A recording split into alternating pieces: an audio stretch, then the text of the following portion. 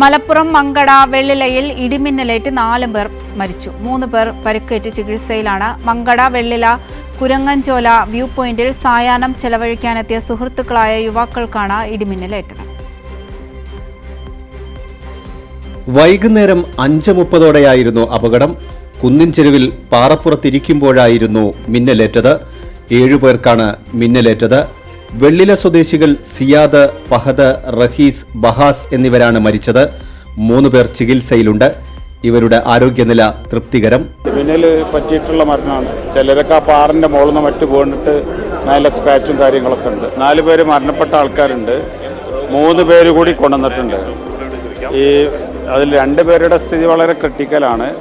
ഒരു കുഞ്ഞിനെ കൂടി കൊണ്ടുവന്നിട്ടുണ്ട്. സായാഹ്നങ്ങളിൽ നാട്ടുകാർ പതിവായി എത്തുന്ന ഇടമാണിത്. നാട്ടുകാരാണ് മിന്നലേറ്റു കിടന്നവരെ ആശുപത്രിയിലെത്തിച്ചത്. കുന്നിൻ ചെരുവിലായതിനാൽ രക്ഷാപ്രവർത്തനം ദുഷ്കരമായിരുന്നു. 4 പേരും സംഭവസ്ഥലത്ത് വെച്ച് തന്നെ മരിച്ചു. ഒരാൾ ആഘാതത്തിൽ തെറിച്ചു വീണു. 7 പേരും വിദ്യാർത്ഥികളാണ്. മൃതദേഹങ്ങൾ മഞ്ചേരി മെഡിക്കൽ കോളേജിൽ നിയമ നടപടികൾ പൂർത്തിയാക്കി. കൈരളി ന്യൂസ്, മലപ്പുറം.